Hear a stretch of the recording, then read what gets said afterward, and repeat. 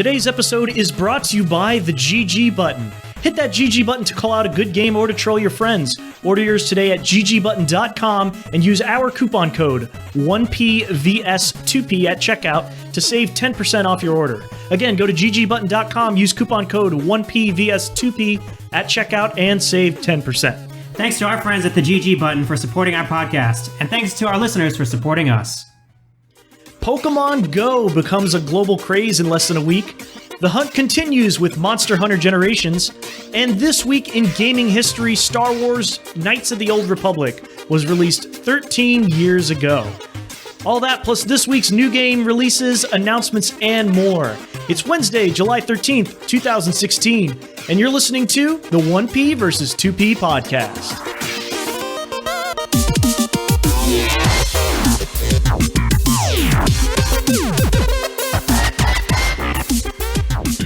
I'm Taylor Ray. With me, as always, is my brother and co-host Ryan Ray. Let's start off with our top stories from this past week, or should I say just one story. We're going to talk about the Pokémon GO phenomenon.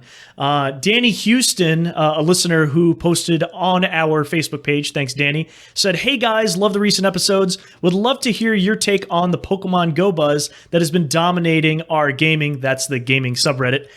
Looks kind of crazy. Thanks, Danny. Yeah, absolutely. I would agree. It is crazy for a lot of different reasons.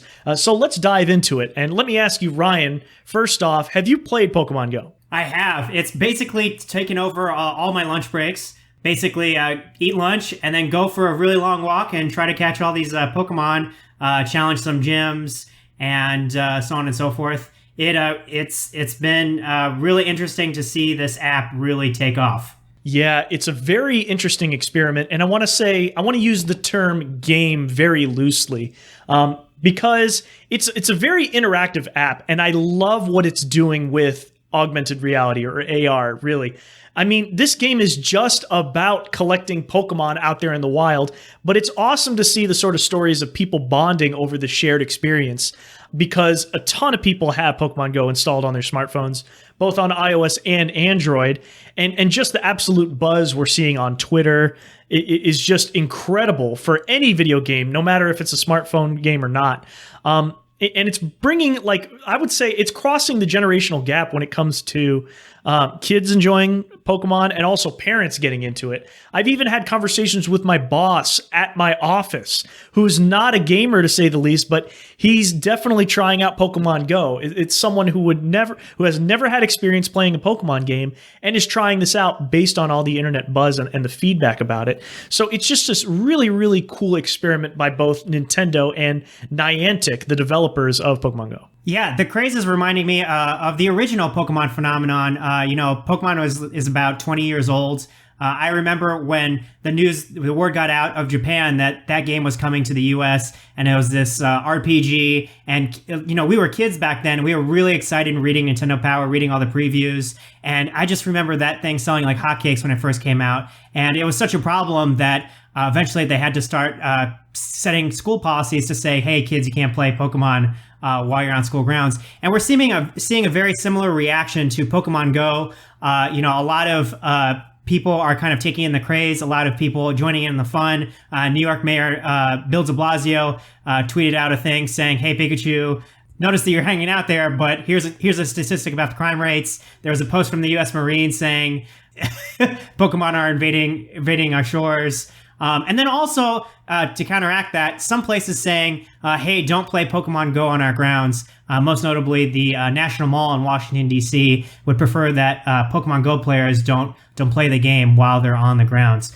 So it's a really crazy phenomenon that's happening. That's something that we haven't seen in quite some time. Well, basically, there are a lot of different places that are banning Pokemon Go because it's really out of respect. For example, here in D.C., where I live, the National Holocaust Museum is saying the kids don't be playing this. This is a respectful place.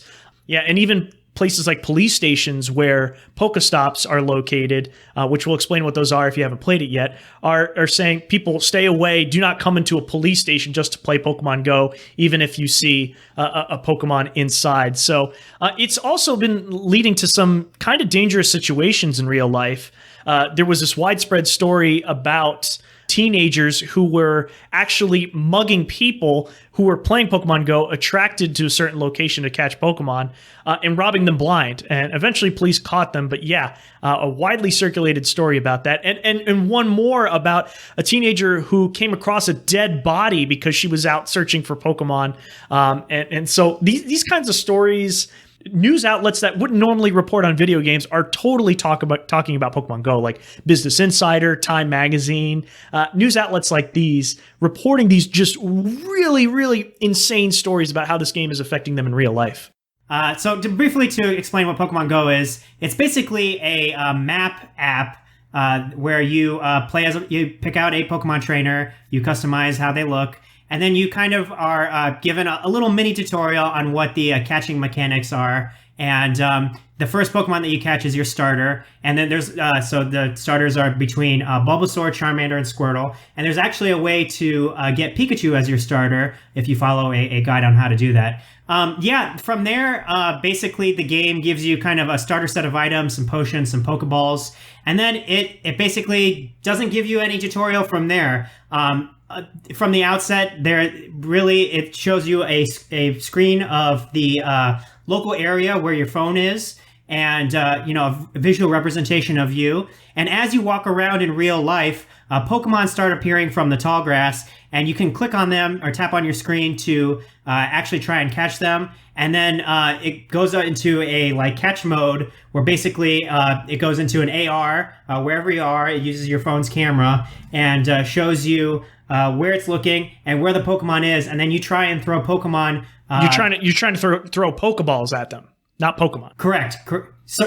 Sorry. And anyway, you can also turn the AR mode off. That's what I've actually been doing because this app is quite the battery hog. It's using GPS data to tag your location. It's also using GPS data to tag particular points on the map. Pokestops, which are generally points of interest. These can be anything from cemeteries to statues to murals. And then if you click on these if you go to these Pokestops and you're in the vicinity of one of them, you can actually click on the icon on your screen to get random items from these stops, and then they regenerate over time. And then also another point of interest that are also in the game are Pokemon gyms, which you can't really access until you're trainer level 5.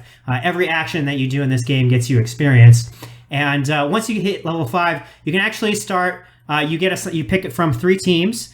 And one of these 3 teams that you represent will start taking over local gyms and battling out between trainers. And based on which team is currently controlling the gym and which team you're a part of, that'll kind of dictate how the gym battle goes. Right. And everything you just described about what Pokemon Go is, you've done a better job of explaining how to play it than the app does itself. And that's my major gripe with it, is that it's this very incredibly vague game, but somehow people are catching on to it. And there's a lot of beginner's guides that are out there to introduce people. People have had to discover really the sort of nuances about the game, like what it means to catch certain Pokemon, rare Pokemon. What does capturing a gym mean? What's the significance of joining a certain team over another?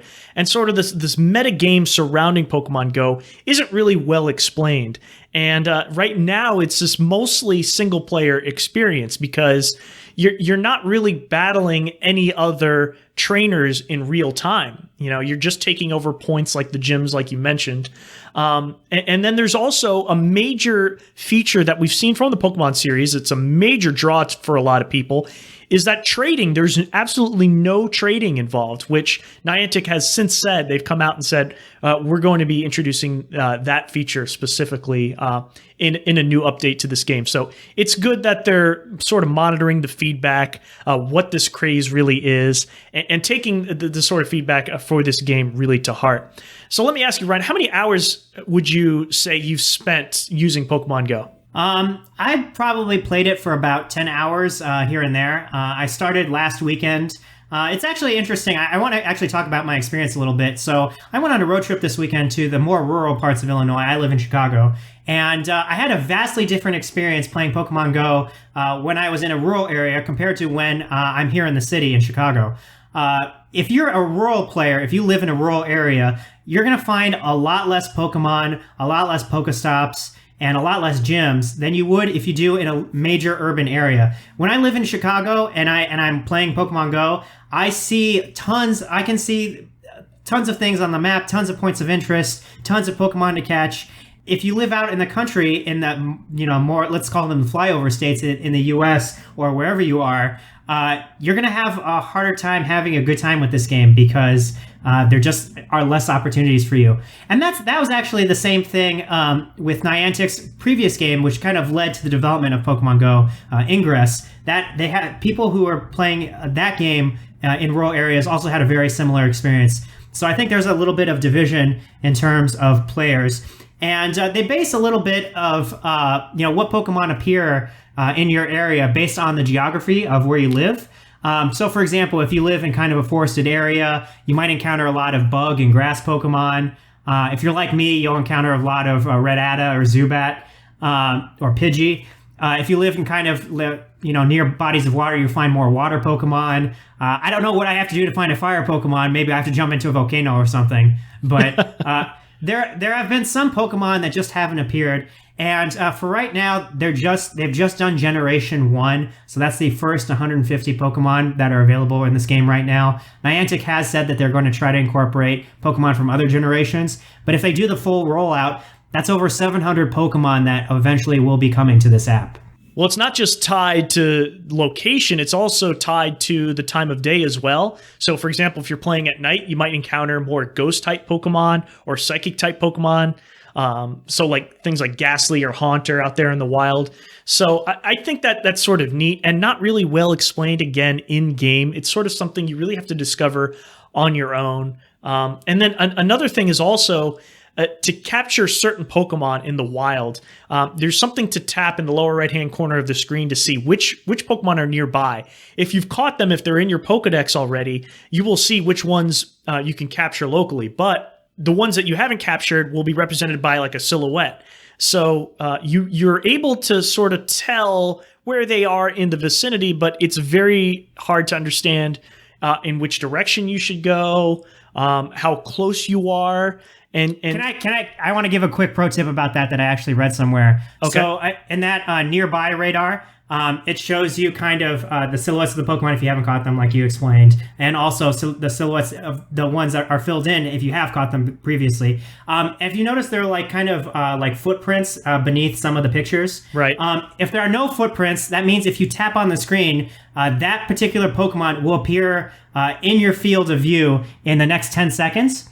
If there's one footprint, that means there's a kind of a concentric circle around your Pokemon trainer that shows you the things you kind of interact with. Mm-hmm. If there's one footprint, that means that Pokemon is one of those circles away from you. It doesn't tell you what direction, but that's kind of like a tree ring. Mm-hmm. And if there's two, it's two circles away from you, three circles, so on and so forth. They don't really show you Pokemon that are anything beyond 2 or 3 circles as far as I've seen. But again, that's something that's not really explained. That's something that you have to go to the internet for. It's kind of like playing Fez or Dark Souls, a Dark Souls game. It has these very vague mechanics that nobody really understands, and it's kind of trying to put together a puzzle. And it's something that I wish the developers were more forthcoming. That tip screen that you can click in the app isn't very helpful. It's very rudimentary, and that's buried in the app. You have to look for it. I totally agree with you. And then the other thing is also, and I don't know if you've encountered gym battles yet, but the battle system is just reduced to literally tapping and swiping, and there's not much depth to it, in my opinion. And beyond that, also, for example, each Pokemon is assigned a combat power, or CP, and in order to increase that CP, you can do things like spend certain items to evolve your Pokemon. There's only so much you can do, but eventually you're going to run into very common Pokemon that have a low CP power, so pretty useless in terms of battling. And it's hard, especially when you're in big cities where teams are constantly battling and taking over the gyms, especially in my area here in DC. It's very difficult for you to even if you're at level 5 to even interact with that piece at all, because if you have very low level CP Pokemon, you're going to have absolutely no chance. You're going to be dominated completely. It's going to be very difficult for you to battle in the gyms. I want to talk quickly about the free-to-play mechanics because there are many currencies in this game, many different kinds of items. So, of course, this being a free app to download, there are microtransactions. There are these things called Pokecoins, which you can actually buy. Of course, there's, like you can spend $1 and get like 200, so on and so forth. I think the highest denomination is you can spend $100 and get like a boatload of Pokecoins. But basically, you can spend these coins on more items, or you can actually spend them to increase your item backpack size or your Pokemon capacity size. The only other way to get this currency is actually to interact with the gyms. So for example, anytime a team takes over a gym, that gym gets to level 2, and that means one person can have a Pokemon in that gym to battle out other players. And if you manage to get one of your Pokemon at the gym, and there's a little button on the microtransaction screen that shows a shield. If you click that button, you can do this once every 24 hours. It'll multiply by the amount of Pokemon that you have currently defending gyms by 10, and that's how many Pokecoins you're going to get. So right now, I've participated in two gyms, and if I click that 2 button right now, I'm going to get 20 Pokecoins. To get the backpack capacity item, it's 200 Pokecoins. So it's already hard to get your Pokemon in gyms. It's going to be even harder to grind up to the microtransaction level before people get frustrated and are going to want to spend money. And it seems like people are spending money on this app. It shot up straight to the most popular downloads and is making Nintendo a lot of money. And the Pokemon Company and Niantic, all 3 company stocks have gone up upon release of this app. Yeah, the launch, it was reported, I think it was within a day or two of its release, that Nintendo's stock price jumped up by 25%, but I just checked right before we recorded, so as of today, it's up by 50%, which is incredible, considering that they don't have a full majority stake in the developer in Niantic Labs. I mean, they've licensed out the Pokemon brand through the Pokemon Company, a separate entity from Nintendo, and then to the developer. So very interesting, very lucrative, very successful. There's just a ton of buzz surrounding this. And quite frankly, if you haven't heard about it until now, listening to this podcast, kudos to you. I'm shocked that you were able to avoid the news about this.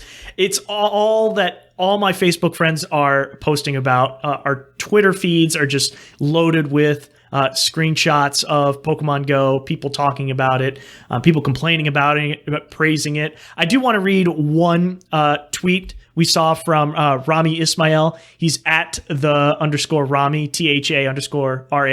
THA_RAMI. He is actually an independent developer. If Pokemon Go teaches you a thing about game development, let it be that any niche experimental thing can be a hit with decades of nostalgia IP on it. And I think he brings up a very good point, is that this is really hitting on all the kids who grew up during the 90s when the original Pokemon Blue, Red, Yellow versions were released. Now they're adults, they're young adults. Smartphones are just so ubiquitous nowadays, and it's this free-to-play app that has just paid absolute dividends. So very interesting experiment so far, because we don't see too many AR-specific smartphone games out there. And what better way to introduce that to the mainstream than with a license like Pokemon? And it's really just been so fascinating to watch how people have been reacting to this game, even if they aren't hardcore gamers, right? Yeah, absolutely. Let's talk about where Pokemon Go is actually going. So the New York Times interviewed Niantic CEO John Hanke, and he told them that, like their last game, Ingress, they're looking to add sponsored locations to the game. So, for example, they might add, and he used this example, Pokemon gyms at Starbucks if they want to drive people to Starbucks, if they have a kind of an ad model for that. It seems like they're going to try to push companies to advertise with Pokemon Go and to try to push people to certain locations. Some companies and local businesses have already taken advantage of this. There was a San Francisco deli that set up lures. There's a lure item in the game at 2 nearby Pokestops and advertised itself as a battery charging station. I've seen myself Pokestops where they say, there was an ice cream shop that I drove by actually today that said, It was a Pokestop, and it said, "Put your phone down, enjoy ice cream." And it's funny. It's funny to watch, companies and businesses react to this very, very hyper social media phenomenon. Yeah, that's to say the least. One last thing I'll mention, because there are other businesses, real life, that are also taking advantage of Pokemon Go, just outside of like a future business development with Niantic. Like, for example, there's this ad agency in Atlanta that spent $40 worth of like their own money to buy the lures. Like you said, you can install lure modules at certain Pokestops that will attract Pokemon for 30 minutes, I believe.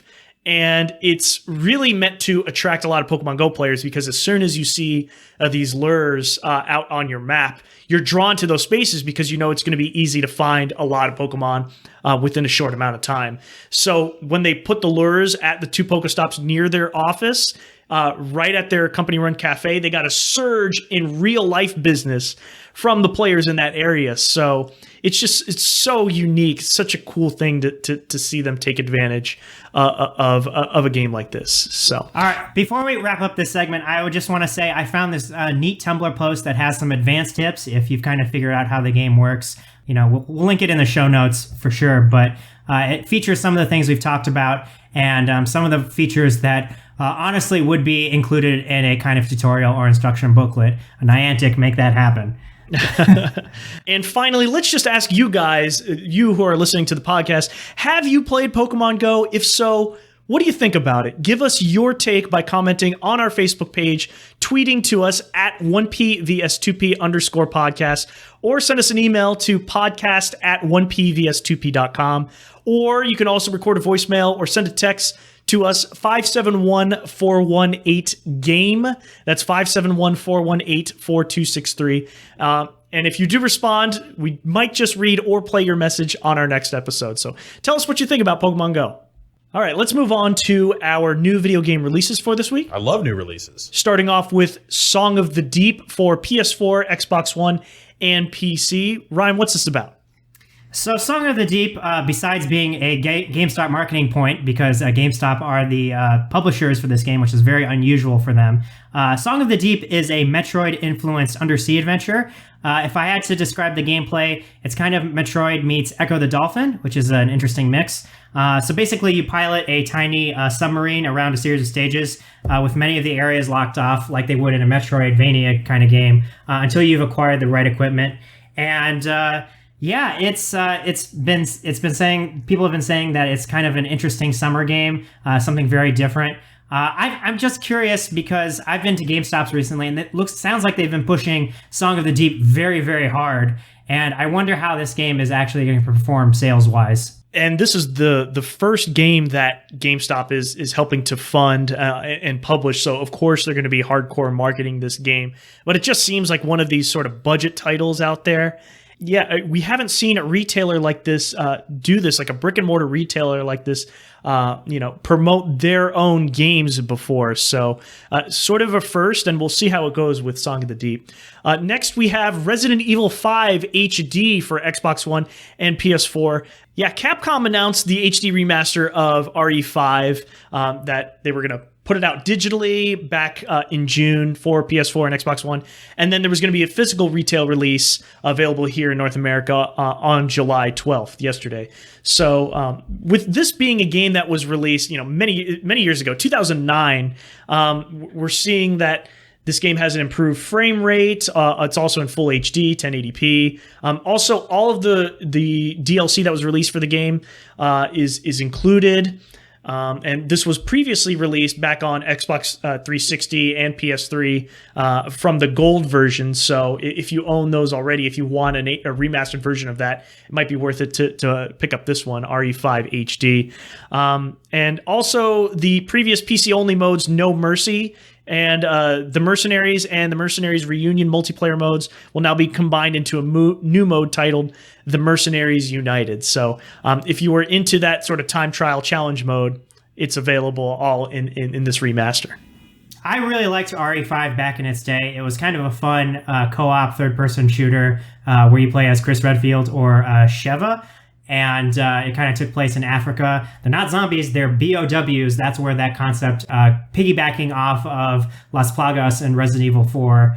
And I think Resident Evil 5 was kind of the first game in the series to kind of take off as a multiplayer thing, leading up to future Resident Evil spin-off games that they would do, Operation Raccoon City, and so on and so forth. Revelations, yep. Right. So, I hope people check out the remaster of RE5. It's a good one. I know it's not a very popular one in the series for a lot of Resident Evil fans, but for me personally, I appreciated that it made an attempt to make the game more accessible, much more action focused instead of this very difficult survival horror game that had sort of really hard tank controls. And that had been the case up until that point. I would argue that was the case with Resident Evil 4, which I know is a fan favorite, and I think universally recognized as the best in the series so far. But I really enjoyed what RE5 really did, and I still think it's worth it, and it holds up today. So I'm curious to see what the HD version looks like. I'm sure it looks great. Moving on to a 3DS game, Monster Hunter Generations. I know you're a fan, Ryan, because you've played these games before. Tell us what this one is. So basically, this is an evolution of last year's Monster Hunter 4 Ultimate. This kind of combines elements from other Monster Hunter games kind of in a best of package. But it has 3 new features, and we'll go over these really quickly. It has 4 villages, 4 simultaneous villages, and also hunter arts and hunting styles. So if you're not familiar with Monster Hunter, basically it has this kind of very methodical combat style. You swing your sword and it takes kind of a while for the sword to actually swing. Some people are kind of not used to the controls, but these new additions kind of make the game a little bit more mobile. So hunter arts are basically super moves that charge as you deal damage, and then once the meter is all the way full, you can kind of unleash them and do super combos on monsters. And hunter arts are kind of like class perks. So, for example, you can equip a hunter art that's basically an AoE healing effect. There's one that's an emergency dodge. And then there's also hunting styles that will let you tailor your moveset a little bit. In Monster Hunter, there are 14 different weapons classes, everything from swords to bows to crossbows to gun lances, and they all kind of come with their own specific movesets. But in this game, you can kind of further customize your moves to give between 4 different styles. One that's more aerial, one that controls more like the last Monster Hunter game, one that's more defensive, and one that's more offensive. And I think that's going to bring a degree of customization and accessibility to Monster Hunter that the series hasn't really had before. And I think a lot of people took to the last Monster Hunter game on 3DS. It was kind of one of the games that showed off the power of the new 3DS when that came out last year. And I'm looking forward to seeing what Monster Hunter Generations brings to the table. I know there's an avid fan base for this game. I classify it as kind of a niche title, but looking forward to checking it out. I spent just over 200 hours on the last title. Wow, really? Yeah. Wow. That's incredible for a 3DS game. I did not know you played it that long. And Monster Hunter, I agree with you that it has a niche audience here in the West. But in Japan, Monster Hunter, and this game has been out for a while for Japan, it's just, I think it started with Monster Hunter 4 Ultimate, making that more accessible because there weren't a lot of PSP owners when Monster Hunter was sort of introduced more to the Western audience. And now with so many 3DS players and some online functionality baked into it, I think it's made it a lot more appealing to people here. So I know it's gotten you hooked into it as well, Ryan. Let's move on to Video Ball for PS4, Xbox One, and PC. This might be the next Rocket League. It seems to be taking off very heavily. It's been streaming a lot on Twitch. There's sort of this esports movement going on about it. It's this minimalistic cross of both soccer and air hockey, and they're very simple controls for this game. It's just one analog stick and one button. So, but it's very, very fun from what I've seen of it. I think I'm going to buy this myself, just for a lot of depth and strategy for a very simple multiplayer sports game. There are 30 different arenas, 14 arcade stages, several different game modes. Check it out. See for yourself. We'll post a link to Video Ball gameplay in the show notes. It's something you have to see for yourself. And no new video game announcements that we found this week, so we're going to skip over that segment. Let's move on to This Week in Gaming History. This Week in Gaming History.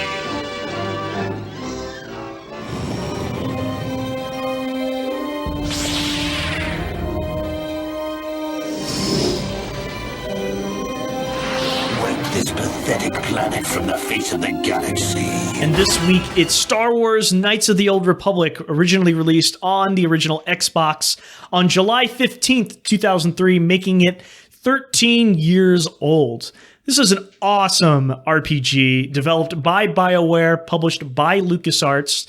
It was later released for PC in November of 2003, that same year, and then later the following year for Mac, and then also in a surprise release on iOS in 2013. So it's very cool to see an update very recently, as of 3 years ago. And they've even put out an Android version as well, so not to leave out all smartphone users.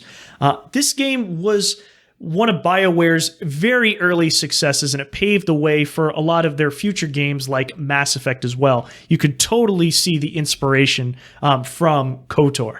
Right. So this is kind of a game, let's say gameplay-wise, that really took after D&D, Dungeons & Dragons. Players could kind of choose from kind of some very basic character classes at the beginning of the game. And then later on, because of course Star Wars, you could kind of become a Jedi.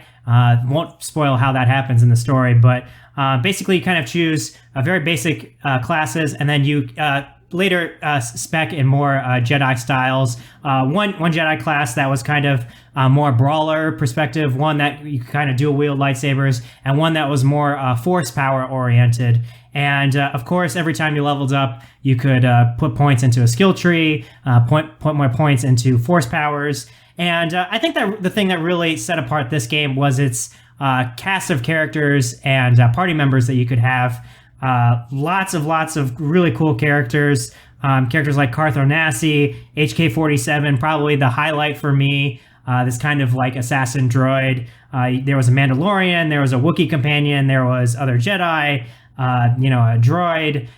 It kind of set the pace for future BioWare games in terms of scope and in terms of storytelling. It was kind of the debut of their dialogue tree system, where you could kind of play things to be more of a light side character or more of a dark side character, depending on how you reacted to certain situations and scenarios. Yeah, and it would totally have an effect on not only how your party members reacted to you, but also how the story played out. There was a very climactic point in the game, which it's been 13 years. I think we should spoil in it. Basically, the story revolves around you trying to take down a Sith Lord, Darth Malak.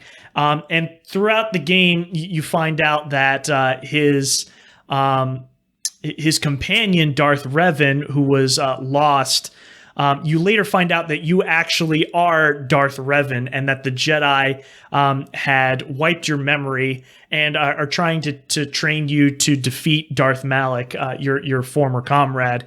And there's a very climactic battle where you can either defeat Darth Malak and take over as the new Sith Lord in a full dark side ending, or you can defeat Darth Malak and ally yourself with the Jedi and usher in a new era of peace. So it's just so cool, because it was one of those huge moments, I think, in gaming history, especially for an RPG on the Xbox, which, let's face, the Xbox lacked a lot of quality RPGs. And it was just this moment of story that was just a huge surprise. I certainly felt that way playing that game all those years ago. Yeah, I remember that twist being a really big deal. I remember the shoe dropping and being like my mouth on the floor. Wow, you were really this bad guy. It's a twist kind of on the level of BioShock's "Would You Kindly" moment, twist like Final Fantasy VII's Eris dies moment. It's just one of those things that it happened, people played it, and everybody talked about that moment for a long time, and would pave the way for moments like it in game other BioWare games like Mass Effect. They tried to follow up KOTOR's success with a sequel, and also a kind of Chinese take on this style of game with Jade Empire, also on the Xbox. But none of these games, besides Mass Effect, were quite as successful as the original KOTOR. Yeah, 13 years ago, this classic dropped, Star Wars, Knights of the Old Republic. What a game, what a great moment in gaming history. All right, let's wrap this thing up. Ryan, ready for the bonus stage? Yeah, let's do it.